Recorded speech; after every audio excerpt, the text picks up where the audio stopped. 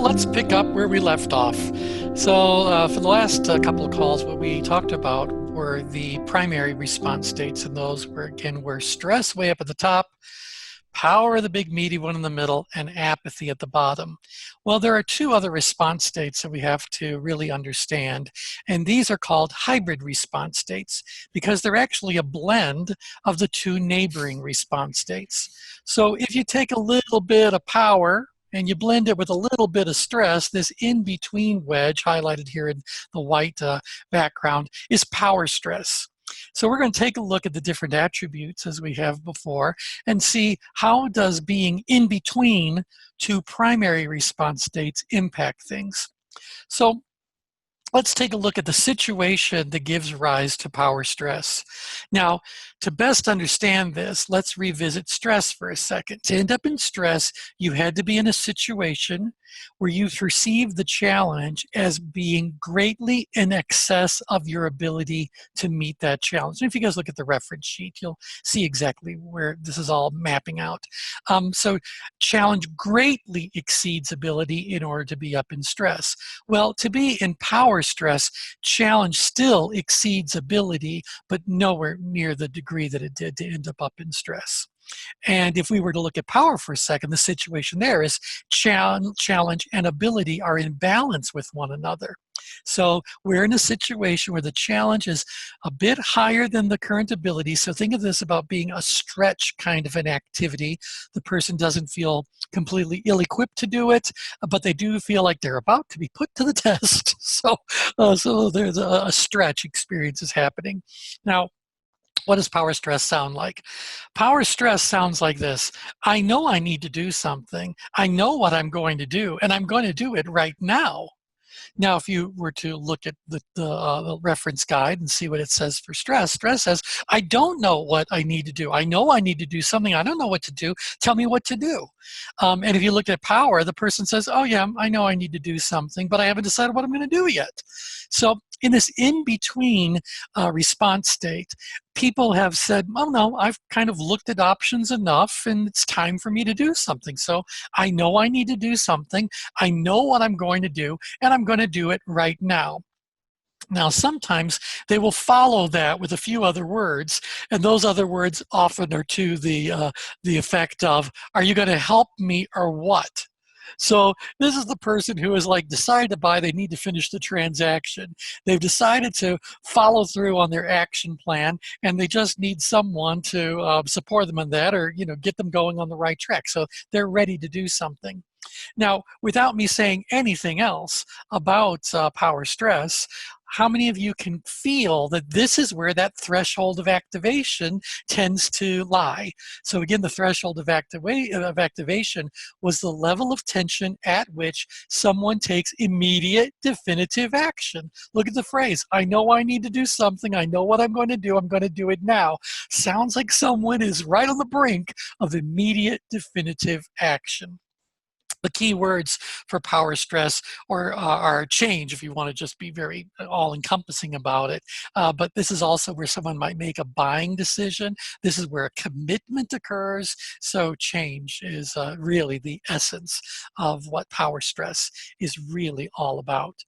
Now, obviously, emotions are also impacted. In the case of power stress, the emotions are a mixture of the emotions we found in power, which were pride and confidence and things like that, and the emotions we found up in stress, which were anger, grief, fear, and shame. So what people are feeling up in power stress is being a little bit anxious. Not necessarily anxiety, full-blown anxiety would definitely be a stress response, but anxious as in this anticipation that something's going on. So it can be power stress can have a big smile on its face. So it's like eager, enthusiastic anticipation of something great is about to happen. It could also have a little bit of nervous energy around it. So the anxiousness can be a little bit about, okay, take a deep breath. This is test time, so we're about to do whatever it is that we've been planning on doing. So don't think that the facial expression associated with power stress is necessarily going to be positive or negative. It really depends on the frame people have around it. A very commonly encountered emotional state we find of people in power stress is a sense of urgency. Once they've kind of reached this point where they're at that threshold, they want to do it. They want to do it now, and they don't want anything delayed. They have this feeling that they need to grab all the grabbings good. If they delay, they might lose an opportunity, and this ends up being a very, very powerful motivator for someone taking action. Reasoning abilities are also impacted when someone is in power stress. They too are a mixture of what we found to be true in power and in stress. So, for example, people that are in power were logically ruled in their reasoning abilities, and people that are in stress are emotionally ruled in their reasoning abilities. You get to power stress, we got a mixture. They're logical, but perhaps a bit impulsive. Again, that emotional state and that higher level of productive tension is triggering that feeling of urgency, this feeling of some sort of anxiousness around it. And so our big concern, and we'll talk about this more on the next slide or two, is that people can be impulsive. They can be in a hurry to take a particular action. Now, this becomes particularly important for you to recognize in your role as coaches when you encounter a client who seems to be in a very big hurry to do something. And on the one hand, I'm glad that they have enough productive tension to feel compelled to move forward. On the other hand, a question mark comes up about how exactly did they come to the decision to do what they're planning on doing. So did they spend enough time at a moderate level of tension in power where they looked at their options and considered the relative merits of each of those options? Did they really process that from a logical perspective? Or is this urgency really coming from the fact that they were up in stress? They stumbled across something that they thought could help them, and they're jumping on board fast because they're afraid, as people up in stress often are, that their resources are so limited, their options are so tightly confined that they've got to grab for that life ring or they may be left with nothing. And so in my role as a coach, when I do stumble across or meeting with my client and the client suddenly seems to be very excited about jumping on board something, there's a few questions I would probably want to ask about that. And the big question I always ask is, how did you come to the decision that this is the action you want to take and now is the time that you'd like to take it? And at least then I'm hopefully stimulating them to review the logic that went into this decision, so that at least I know that happened. So how many of you have encountered clients who suddenly seem to be in a very big hurry to do something, and you kind of felt like, well, let's just take a breath here for a moment. Let's see what thought process led to this moment. Anyone have anything to share there? Not so far. Okay, great, great, great. Okay, so now we can also look at decision making.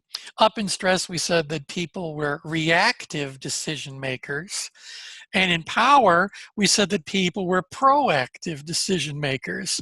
Well, what's halfway between proactive and reactive? Just plain active.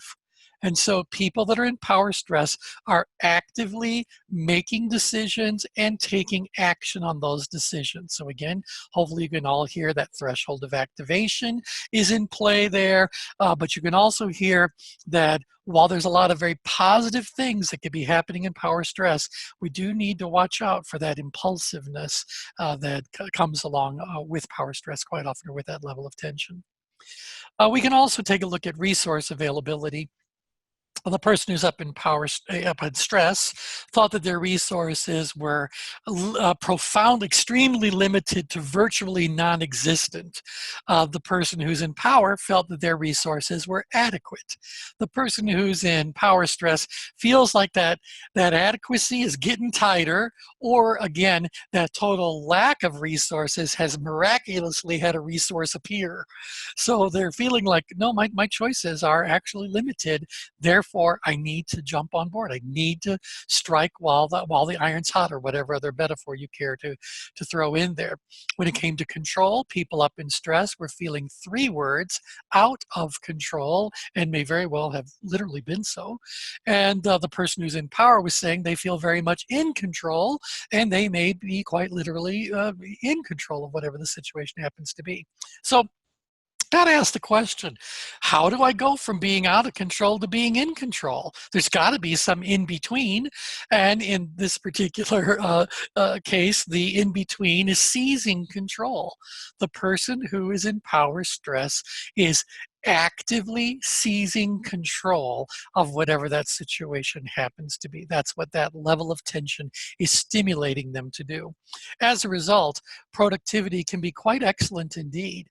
People in power stress get a great deal done, and they get a great deal done in a very limited time frame very often. So if you've ever found yourself playing a little game like Beat the Clock, so it's the end of the day on a Friday and you want your weekend free, it's amazing what people can get done when they have the level of productive tension required to focus on getting things that need to be done and getting them done now.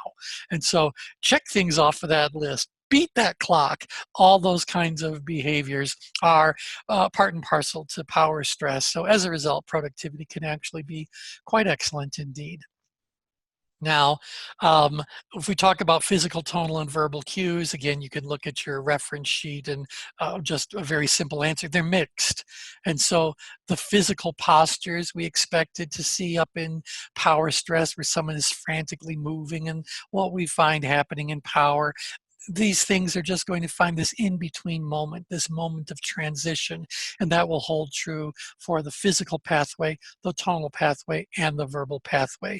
So there really isn't anything specific to say we can associate with power stress, other than you're going to detect evidence of some of the physical, tonal, and verbal qualities that are characteristic of stress, and those characteristic of power, and you're going to find this in-between expression, or a movement between those two different extremes found in stress and in power. So it's just a mixed kind of a thing. And finally, let's talk about the upside and the downside of power stress. As I've already said, power stress is characterized by a whole lot of stuff getting done.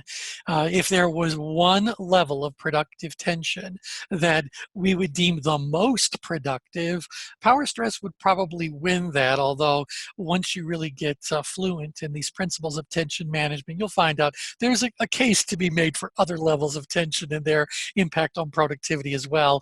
I don't want to leave it as a mystery. It tends to be very activity specific. So depending on what it is I'm trying to get done, a certain level of tension may actually be more productive for that than not. So to eliminate more of the mystery, for example, if I'm trying to go to sleep and just say, well, that too is an element of productivity. I need to go to sleep, or I need to go to sleep at a reasonable time, or I need to be asleep for a reasonable amount of time. I promise you that doesn't happen in power stress. The ideal level of tension for sleeping is apathy. So, but generally speaking, when we're looking at activities of daily living and people working on their goals and their visions and their mission and their purpose and projects and all that sort of stuff that our clients tend to engage us for, power stress is very often the destination, or the ideal level of productive tension. So that's the upside. The downside is really getting back to that one word, impulsiveness. So people in power stress, again, are in a hurry. That is not to suggest that every time someone is in power stress and every time someone does those things associated with power stress that we are looking at impulsive behaviors. We are not. There is just this this possibility that the behavior is impulsive. So let's just say that impulsive behavior is a small subset of the behaviors we do commonly find in power stress. And so as human development professionals, as coaches, we just need to think for a moment and say, if I have been part of this whole decision-making process, or the client has shared with me whatever the backstory is for coming to this conclusion, yay! But if it seems to be coming out of the blue, I need to be asking some good quality questions in order to ascertain, or help the client actually ascertain, whether or not this is impulsive or this is well thought. So any questions, comments, experiences about dealing with power stress anyone would like to share? Well, I know, as you know, T, I played competitive tennis, and we have our district's championships coming up this weekend, and I'm thinking about it, and I'm thinking about how I feel and where my tension is as the match approaches. And, like right before the match, you kind of have that adrenaline going, and it's like you're confident, but you're nervous because you don't know what you're going to expect from your competition. So Mhm, it feels mhm. like power stress to me. Yeah, exactly right. And certainly talking about adrenaline, if we were able to measure people's neurotransmitters and their hormones in an instant basis, we would actually find a very clear connection between the prevalence of certain neurotransmitters and certain hormonal changes at each of these different levels of tension. So for example, adrenaline has what effect on people's level of productive tension? I mean, there's a reason why a doctor would administer adrenaline. And so it's to speed things up. And so too much adrenaline ends up moving someone perhaps too far up grid to play the game effectively.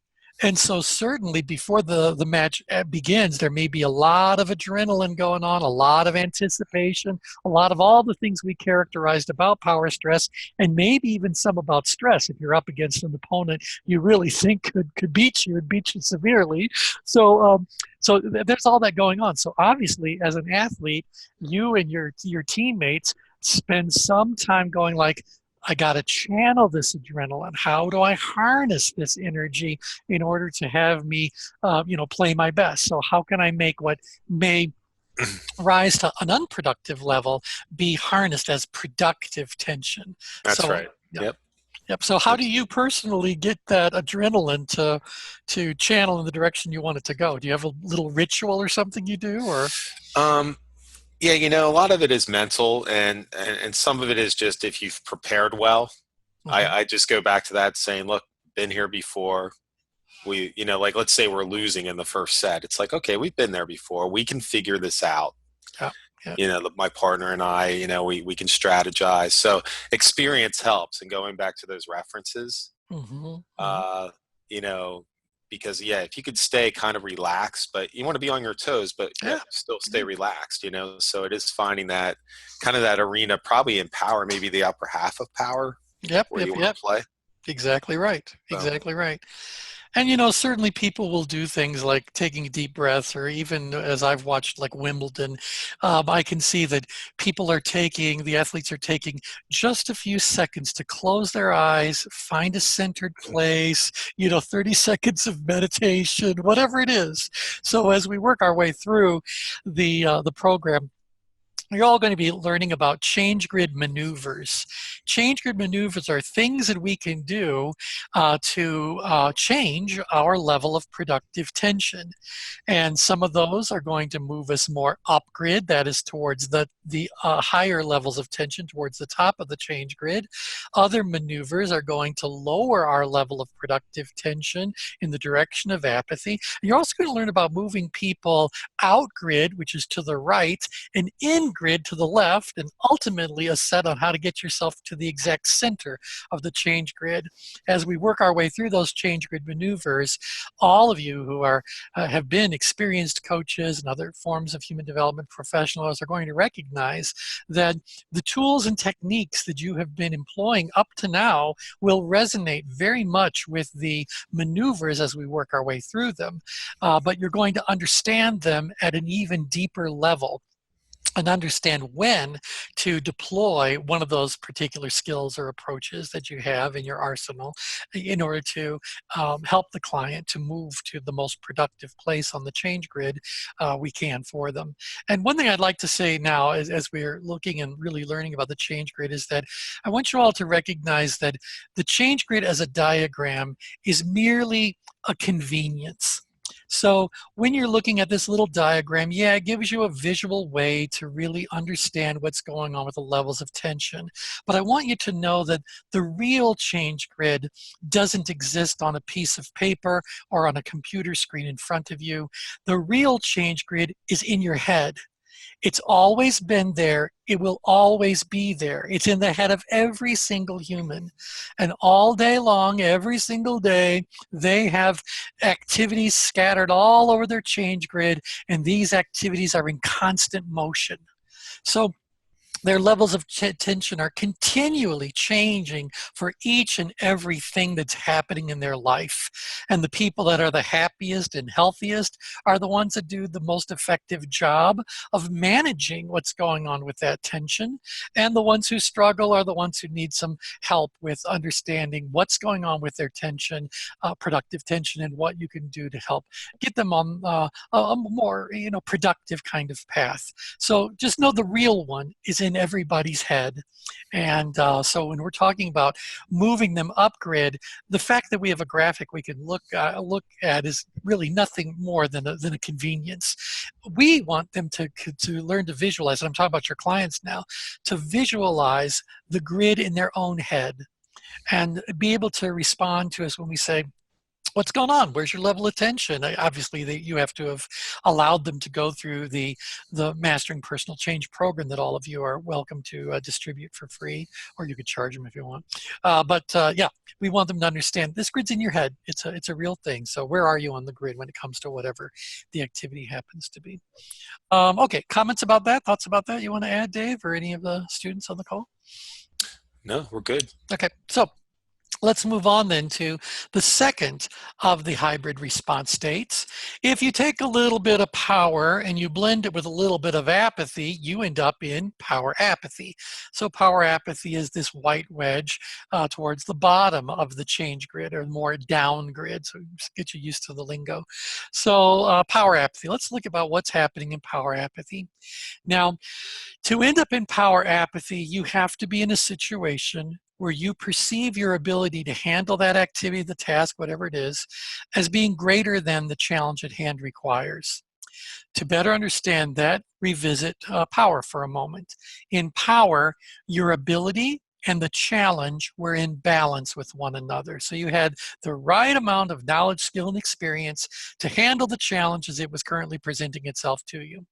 Well, let's say for a second that that's the first time you encountered that particular activity.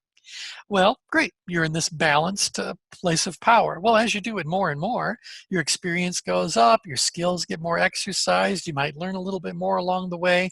And what happens is that your ability is now greater than the challenge that that particular activity represented. So things start to change as far as your perception of that activity and your ability to handle it, and your overall level of productive tension around it. So the situation that gives rise to power apathy is that your ability is now greater than your level of challenge. So one good way to illustrate this, I think, is with everyone's experience with driving. The very first time you sat behind the wheel of a car, you were probably quite far up grid. I mean, the thing moved. It had, wheels and pedals and all kinds of things. I learned to drive on a stick shift, so it would be, jerking on the road if it didn't like stall over and over again. And so that could have been a very stressful experience for people, but it might have been just a very upgrade, more of a power stress, kind of an excited anticipation. I'm going to figure this out kind of a thing. Well, as time went on, and now all of us are perhaps decades beyond our first experience of driving, It's an interesting question. Now, when you get behind the wheel of a car, how do you rate your ability to drive it effectively? Now, people would say, well, my ability is certainly greater than the challenge. I mean, how often do you, in fact, arrive at your destination rather unsure of the journey that got you there? You were kind of like on autopilot. So you drive so much, your ability is great and it's greater than the challenge. So there you are. I would hope that you are not in apathy, that you do not perceive your level of ability to be so great indeed that there is no challenge whatsoever. So, you know, a car is a moving object. It's a dangerous world out there on the roads. And so we don't want to be in a situation where our level of productive tension is so low that we are actually down in apathy about it, because then we literally are doing something from an unconscious sort of state. I don't want to be in the car with someone who's in that particular state. But power apathy, I get it. I know we're used to driving. It's really second nature to us now. And obviously that was one example of countless I could give you about things that perhaps were much further up grid when you first got exposed to them. And now as you're doing them more and more and more over and over again, you end up down in power apathy. You start to take things a bit for granted. I'll talk about that more when we get to the upside and downside. Dave, I've seen a little bit of activity on the questions or chat. Anyone have any questions or comments they'd like to share? It's just about handouts, so I'll handle that through chat. So. Oh, okay, great. Wonderful, wonderful. Yeah. Okay. So what does power apathy sound like? Power apathy sounds like this. I know I need to do something. I just wish someone else would do it. And while that sounds like it's a joke being made, and I do hope it's people find a little bit of a chuckle when they hear this and let it fit into where it fits in, but there's a very serious truth here. People that are in power apathy are fully capable of doing something, even things they know that need to be done. But if there was someone that they could count on to do it and do it well, I promise you they would be very open to delegating that task to someone else. And sometimes rather than delegating it to a person, in fact, in this day and age, more often than not, we are delegating things to our technology. So our phones do all kinds of things that relieve us of having to consciously do them themselves, like reminders and alarms and all the other great things that our technology does. Or maybe someone was doing a task that was very tedious manually. Might need to go into the history of business here, but can you imagine there was actually a day when all accounting was done on ledger sheets with pencils and it's like, what? And so at a certain point in time, someone said, really, if we could just automate this, I'd be more than happy to see that happen. And obviously it did. So a lot of times advancements in the way that we run our businesses or run our lives come from the fact that people were in power apathy and just said, I know this needs to be done. I know I could do it, but boy, it would be nice if there was some other way to get this done. And so power apathy is this. And the key word, if you look at it, is that power apathy has the word delegate. But you see tossed there in parentheses. People that are in power apathy don't really delegate things the way that a course in delegation would teach. And it's not that conscious, deliberate, thoughtful a process. More often than not, when someone is down in power apathy, they are willing to toss the assignment to somebody else. Sure, you go do it. Or, hey, why don't you give this a try? Like anything that they could do to just get it off of their plate and onto someone else's. So while in a certain definition they're delegating it, they really aren't delegating it at the level of I want to say, accuracy or the level of quality that we might be wanting in a delegated task. They're just tossing it your way. Okay, so let's take a look at the emotional state. So again, it's going to be a mixture of what we found in power and what we find in apathy. The ones that I like to look at most is ambivalence. So the person who there says, yeah, I know it needs to get done. I could certainly do it. I'll get around to doing it.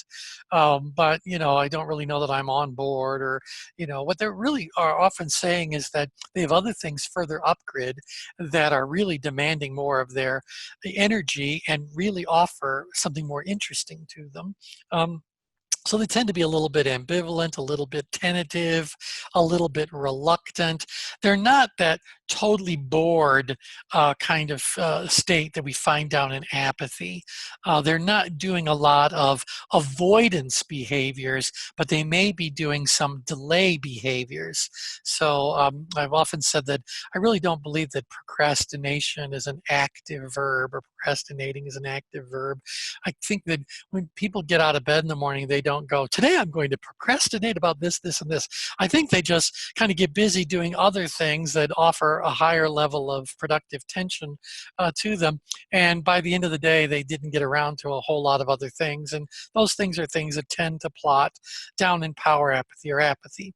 So as you start to look at change grids, you're going to see a lot of activities that are very much up grid, and there's going to be a whole lot of others that are very far down grid.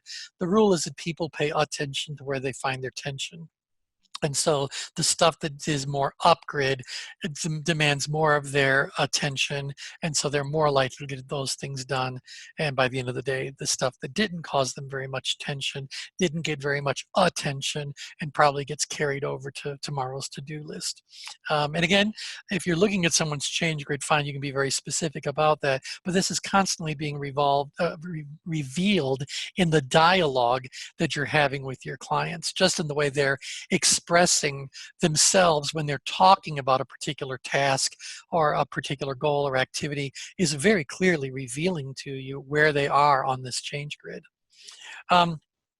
So reasoning abilities, mixed. There's that logic of power. Again, they moved from power apathy, from power down into power apathy. So they had spent some time in power. So that logic was there, but it's getting sluggish now. So that that apathy, boredom, complacency that we found down in apathy is starting to creep in to their thought process. So reasoning is getting a little bit sluggish.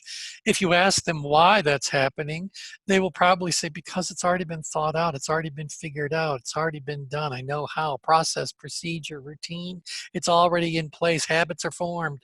And so they're going like, I don't need to re-reason this. We're already there. Decision making there tends to be passive. So again, someone who is in power is proactive in their decision making, and someone who's in apathy is inactive in their decision making. So what's in between inactive and proactive? Well, it's kind of passive. What the person in power apathy often says is, look, if you want to make the decision, you want to do it, you go right ahead. So whatever you want is fine with me. In fact, a good way to encapsulate what power apathy is all about is to understand what a power apathy war sounds like. And no doubt you've experienced this countless times in your own life. So you get finished with work for the day, dinner's coming along, and you say to the other family members, well, time for dinner, what do you want to do? And the answer is, I don't care, whatever you want to do is fine. You go, well, I don't care, whatever you want to do is fine. And suddenly you get into the battle of the people who are both proclaiming, I really don't care, whatever you want is fine with me.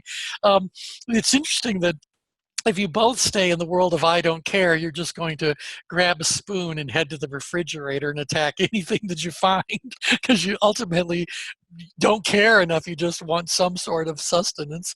But one great way to win the power apathy war is for you to say, all right, then let's go and have whatever, and deliberately choose something you know the other person doesn't like. And they'll be like, no, no, no, I don't want that. Okay, well, that was my suggestion. What do you want to do? And now it's kind of like the ball is now in their court, to go back to Dave's tennis metaphor there. Okay, so that's decision making, tends to be quite passive. Now, resource availability, people that are up in stress, or rather, sorry, people that are, no, I'll do that, up in stress believe they have no resources. The people who are in power stress felt the resources were limited. In power, they felt that they were adequate. And in apathy, they feel like they are limitless. So what's between limitless and adequate? So we're using the word abundant. what I'm trying to indicate here is that the person who is in power apathy has more than an adequate level of resources.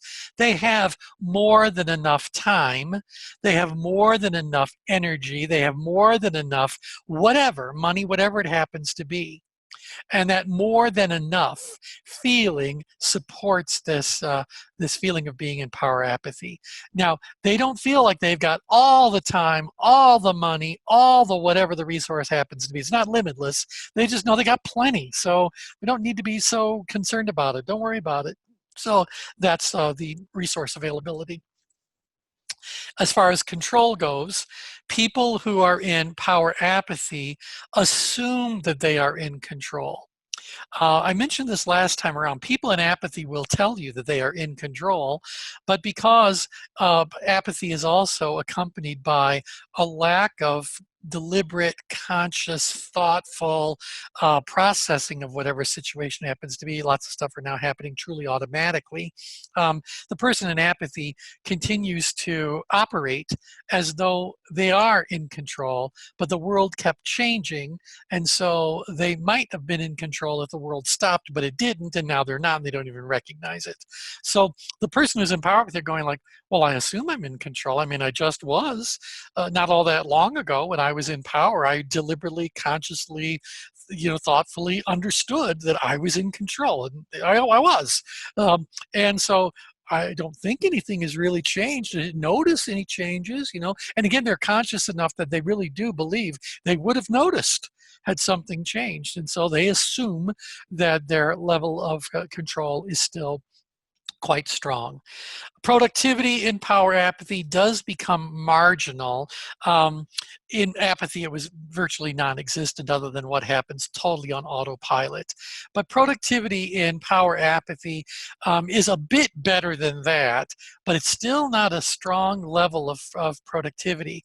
People in power apathy are likely to get things done because there are systems in place that take care of it, or because they have a routine that will take care of it. So they are probably, if we were applying this to employment coaching, they may very well have no difficulty meeting minimum performance standards. They may have no difficulty whatsoever doing whatever the tasks are well enough to satisfy whoever needs to be satisfied, or to meet whatever the objectives happen to be. But don't expect greatness. Power apathy is not a place where someone is actively gaining and growing, because again, their ability is greater than the challenge. To get them out of apathy, or rather, well, actually that's true too, out of apathy or even out of power apathy, as I said last time around, plotting downgrid represents untapped potential. It means we have someone who has a very high level of ability, but their level of challenge is starting to diminish. So what do they need? They need more challenge in order to get them re-engaged, to get them in a more up-grid sort of location of the change grid. Okay, Dave, any questions, comments about power apathy? No, no, it's Okay. just that's the way I feel when I want to mow my lawn. Yeah, exactly. Yeah. Or clean anything, That's unless you right. really derive great satisfaction from the task of cleaning, you probably would like, who could I delegate that to? Hmm. Maybe that's why people have children. Okay, so the accessing cues, physical, tonal, and verbal indicators of someone's in power apathy, again, it's just mixed. If you understand the physical, tonal, and verbal cues you encounter in power and those you're encountering in apathy, you're going to watch a person's behavior set, or these cues, accessing cues, start to move to the ones further down grid. So that's just mixed. And then, what's the upside? What's the downside? Well, the upside of power apathy is a great place if you're working with a client who's trying to create some sort of system or process, or develop a new routine, a new habit. Power apathy is where these things are created. And that's really great, because you're basically saying to the client, and the client is saying to themselves, I really do know how to do this, but I've got other things I want to move on to, but I don't want to lose the great impact I have from doing these things. So I got to do something to lock it in. How can I make this a habit? How can I create a routine? How can I lock this into a process, a procedure, something, so that it's here to serve me well without so much conscious attention having to be directed towards it. So that's the upside. Great place for doing those kinds of formalizations of activities. The downside of power apathy is that we are starting to slip a bit further down grid. We're starting to slip towards apathy. And we want to recognize when this is happening, to ask ourselves, is this an activity that I am okay allowing to move to the back burner for a long-term basis? Am I okay with that? Is that all right for me to let go of this? Or is it really time for me to find the next level of challenge? So let's raise the standard. Let's do something to move the bar. You know, let's take this to a whole new level. As I probably said last time around, it is far easier to prevent someone from ending up in apathy than it is to get them out of apathy. And so if we can view power apathy as part of our alert system, we can have meaningful dialogue with our clients to say, sounds like this is something that you've really, wrapped your head around, something you've really got solidly in place. What's next? Where are you going to go with this next? Are you finished with it as it is? You know, so what is it that you want to do? So if we can get someone who's in power apathy to start thinking about all the different ways that challenge could be increased around this activity, we can effectively keep them in a more productive area of change, of the change grid. Okay, so that's the downside. Okay, so those are the two hybrid response states. So just as a summary, starting at the top of the change grid, we had stress. Moving down grid, power stress. The big meaty one in the middle is power. Under that, power apathy. And at the bottom, we found apathy. Let's just revisit what they sounded like. Stress sounded like this. I know I need to do something, but I don't know what to do. Just tell me what to do and I'll do it. Anything is fine with me. Please help me. I'm out of control. The person who's in power stress wanted to seize control, and they sounded like this. I know I need to do something. I know exactly what I'm going to do, and I'm going to do it right now. The person in power is being more proactive and logically ruled in their reasoning abilities. They sound like this. I know I need to do something, but I haven't decided what I'm going to do yet. So I'm going to look at the options, consider the alternatives, and then I'll make my decision. Power apathy feels like the decision has already been made and it's already been exercised, and so they sound like this. I know I need to do something, I just wish somebody else would do it, and very often that somebody else is technology. And then the lowest level of tension, apathy. Do something. I don't need to do anything. Everything is just fine just the way it is. All right, so this is the response state summary. Any questions, comments about the 5 levels of productive tension? Any questions about a specific one, or we're doing fine? We're doing fine. Okay, good. So here's the last thing I'd like to cover during this discovery session, and it's going to talk a little bit about the thresholds. So a little bit of anatomy of the change grid. If you drew a horizontal line across the exact center of the change grid, uniting all of the balanced perceptions. So you'll notice to be on this green line, which we refer to as the heart line, you'd be at 1, 1, 2, 2, 3, 3, 4, 4, 5, 5. Whenever that perceived level of ability is in perfect balance with that perceived level of challenge, regardless if those two ratings are the low end of the scales or the high end of the scales, you are going to end up on the heart line. The heart line is a very interesting place on the change grid because it is where things are absolutely ruled by logic, ruled by the more resourceful emotions. So this is where we feel, where we find pride and confidence and great sense of self-esteem, a good understanding of who you are and where you fit in and what's going on. It's just this really solid place of awareness, understanding, clarity. It is the place where we could say the most direct path to whatever it is we're trying to accomplish can be found along the heart line. Now, there have been many, many people who have studied human productivity and performance, and I talk about a lot of those in the Merging Your Brilliance white paper that I mentioned earlier on in your training.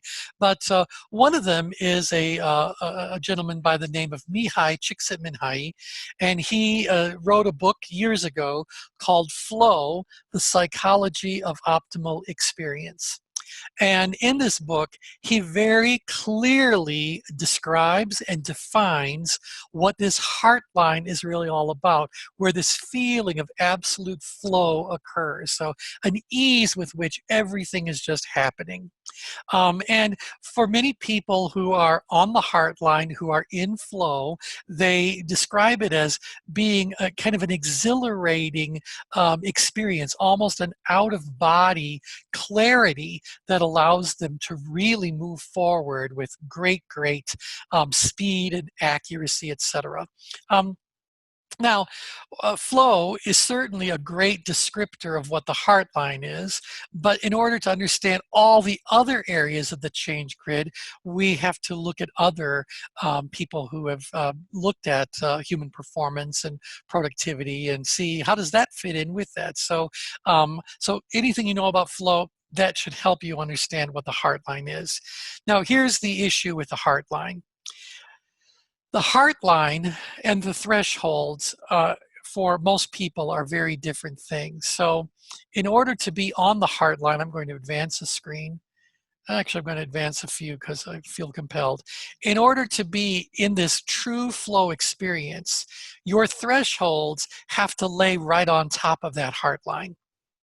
Now, let me go back to where I was, and I will show you how these things are actually fitting in. Now, we don't live optimal experience 100% of the day. And if you read flow, you'll certainly see plenty to support that, that flow is a moment. It's an experience we have. It is not the reality that we live in all ways. And so we have more out of flow experiences than we have inflow experiences. And so that's where this idea about productive tension and about the thresholds become a very powerful tool of understanding for you as coaches. So let's take a look at the two thresholds, and you can see where these fit in to a human behavior and where they fit in with this concept of the heart line. So we mentioned the threshold of activation beforehand. Let's revisit that. The threshold of activation is the level of tension at which someone will take immediate definitive action. Its default location sits between power stress and stress. Now, that's very arbitrary. We just say we got to kind of show you the threshold of activation somewhere. We know this for certain, that if the level of tension goes beyond the threshold of activation, we run a great danger of the person being in stress and then productivity crumbling. So we say that the default location sits up there in power stress, maybe right on that brink between power stress and stress. In truth, the actual location varies by the individual, varies by the activity in question, and varies by the actual moment in time. So we do not have to be on the brink of a stress response in order to take immediate definitive action. Not all decisions, not all actions demand that level of tension for it to get our attention. So I can rattle off, countless things that occur quite easily at other levels of tension. So for example, put yourself in the grocery store and you're thinking about buying a loaf of bread. There you are in the bread section and you're looking at different breads. You do not have to be at the brink of a full-blown stress response to make a choice of a loaf of bread and put it in your basket. So that particular activity, that particular particular moment in time does not merit or require that level of productive tension. So your threshold for buying a loaf of bread would be located much lower on the change grid than something like, well, perhaps buying a house or changing a job, something that's very big with lots of consequences and lots of demand for doing it right, doing it well. So that threshold of activation is going to be different for different people, different activities, different moments, even within the same individual and the same activity. The moment in time can also impact what their level of productive tension is all about. So, for example, you're the individual, the activity is get your taxes done, but the deadline is a long way away. So as far as this particular moment is concerned, you're a long way from your threshold. Something's going to have to be done if you want to deliberately move yourself to a threshold to get it done right now. On the other hand, that date is approaching, and sooner or later, the reality of that deadline is going to impose itself on you, and now your level of tension is suddenly going to be high enough that you hit the threshold for doing it. It didn't need to be on the brink of the stress response, but it needs to be somewhere. And generally speaking, those kinds of things tend to be a bit more upgrade than others.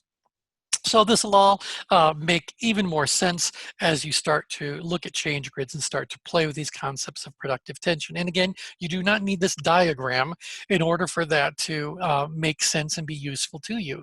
Your clients have a change grid in their head. And in that change grid are all these activities, and somewhere each of those activities has a threshold. If they're not doing it, they're not at their threshold. And we're going to need to do whatever we can do to support them in making the decision. Do they really want to do that? And if so, what can be done in order to help them harness more productive tension around the activity? Now, there's another threshold that I think is very important to look at, and that's the threshold of delegation. The threshold of delegation is the level of tension at which someone willingly relinquishes control. It's a level of tension at which someone lets go of something. So where they will delegate it to someone else to do, where they realize this is not something that needs to be on their plate any longer. It is something that they could pass on to someone else. I know several of the coaches who have enrolled in our programs are doing work with families, family-owned businesses, and providing coaching around that tradition. Oh my goodness, that transition between whoever was traditionally running the business and the next generation. Well, one of the greatest challenges that coaches in that situation have to help their clients with is that the traditional leaders of that company often struggle to let go of something. And so do we let go when we have a high level of tension? Do we let go when we have a moderate level of tension? No, we tend to let go when the level of tension is down.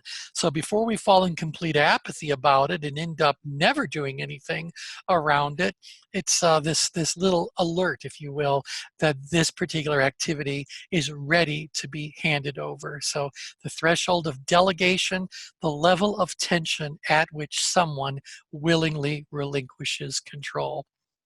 Now, the default location sits between power, apathy, and apathy, because we kind of say, like, before you actually become so bored with it that you're never going to look at it or do anything about it again, let's take a moment and decide if this needs to be done. Who can we pass it on to, or how can we lock it in to some sort of policy, procedure, process, etc.? So we say that's where it is, but in truth, the actual location of the threshold of delegation varies by the individual, by the activity, and by the specific moment in time, just like the threshold of activation did. Okay, so we don't necessarily have to be down at the brink of an apathy response in order to let go of something. Okay, now in a real world, which is the world shown on the left, our thresholds of activation and delegation tend to be some distance away from the heart line. And so what this is actually saying is that if we lived in a perfect world as shown on the right, when we make a decision to do something, we would immediately do it. that would mean that our threshold of activation was actually coincidental, laying on top of the heart line. We made the highest quality possible decision that we could. We were very thoughtful. We were very prudent. We did the right thing. We came to the right conclusion. So let's right now go ahead and jump on board and do what needs to be done. In a real world, we often make very high quality decisions. And again, you are no doubt encountering this with your clients where they say, yep, I know what I'm going to do. I made my decision. I looked around, etc. And then you follow up with them and find out they didn't follow through and do it.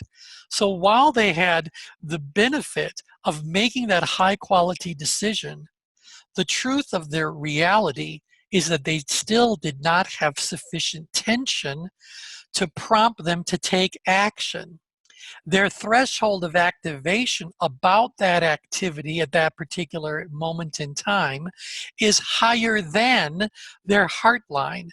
And so we're going to need to do something to help them reach that threshold, or truly, and I believe this is the greatest power that coaches offer the world, is you have the ability to help someone examine what this delay is all about. Why is this gap in productive tension required? Why is it the situation that it is? So can we, by working with our client to become more conscious about this difference between the heart line and their threshold of activation, can we retrain them to start implementing more quickly on the decisions that they are very confident in, the quality that they've already made? And so hopefully you guys can understand this dynamic that I'm talking about. I'll throw this out to questions in just a second. Similarly, as I've just described, in a perfect world, along that heart line where all of our logic and all of our proactive qualities are running at full strength, we make the decision that it is time to let go of something, that X needs to be delegated, X needs to be automated, X needs to move on to someone else's reality. Why then, actually in the perfect world, we would then immediately do that. We would immediately delegate it. We would immediately transition it. Whatever it is, we would do that immediately. Why then, now back to the graph on the diagram on the left side of things, why do we continue to hang on to things that we know are not something that we want to continue doing, even though it's a very valuable thing, it does need to be done? Why aren't we letting go?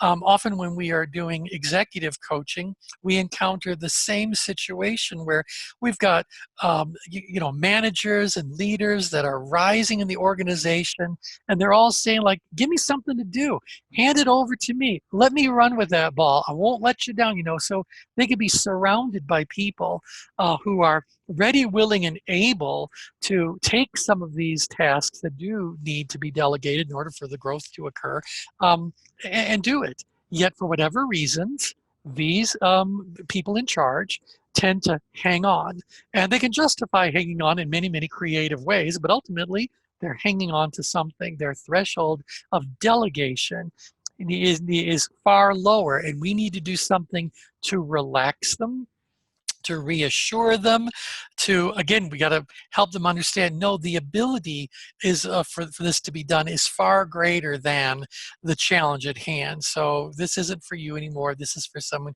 who might see it challenging, and move it on from there. And so the degree to which the thresholds of activation deviate, or rather the thresholds of activation and delegation deviate from the heart line, is the degree to which tension management is having challenges, is having struggles.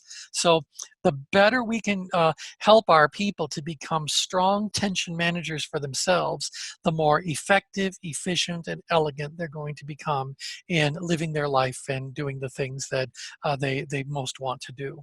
So that's what we're really doing, is staying aware of where their thresholds are, helping them to reach those thresholds, but then helping them in a more global sort of way to retrain those thresholds to be closer and closer closer to that heart line.